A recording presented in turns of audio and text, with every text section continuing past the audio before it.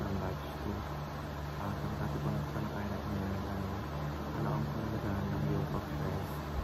Ngayon po ang ating Bible verse ito po sa Matthew chapter 11 verses 28 to 30. Buksan po natin ang ating presentation ng kapitan ng Diyos. Ang sabi dito na, "Come to me, all you who are weary and burdened, and I will give you rest.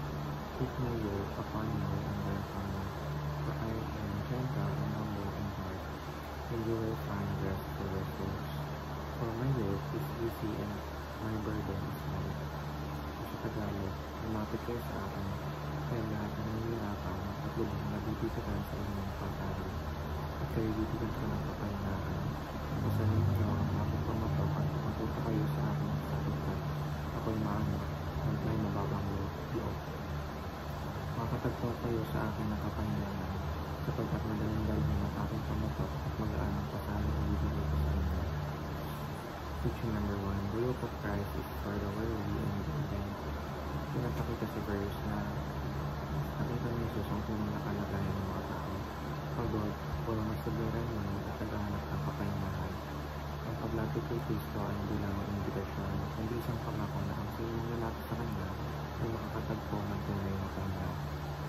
Teaching number 2, the yoke of Christ invites us to a close relationship. Ang kunin mo ang aking pamatok ay nangangalaga makipaglakad kasama ni Jesus at matuto mula sa Kanya. Pinapakita dito na hindi lamang Kanya inuutos kung ano ang ating gagawin. Bagkus tinuturoan niya tayo habang siya mismo ang nagiging gabay natin. Teaching number 3, the yoke of Christ calls us to be faithful disciples. Ang yoke o pamatok ay simbolo ng pagsunod.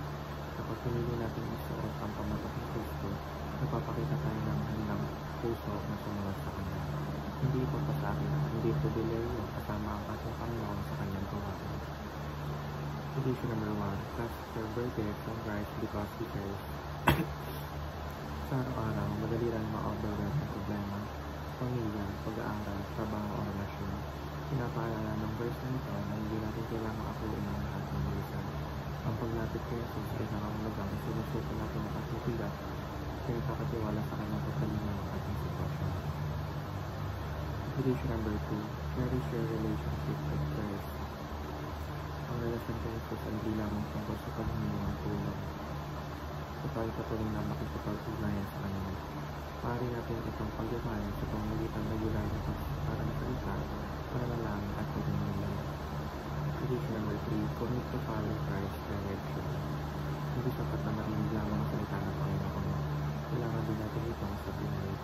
Ang commitment ay nangangalaga ng patuloy na pagsunod kahit mahirap, kahit may pagsuot sa hindi komportable. Kapag nasanay tayong sundin ng Kanyang direksyon, mas nagiging malinaw sa atin kung ano ang tama at mabuti at tama at mabuti at nakakalagay si Diyos. Yun lamang po ang devotion ng isa.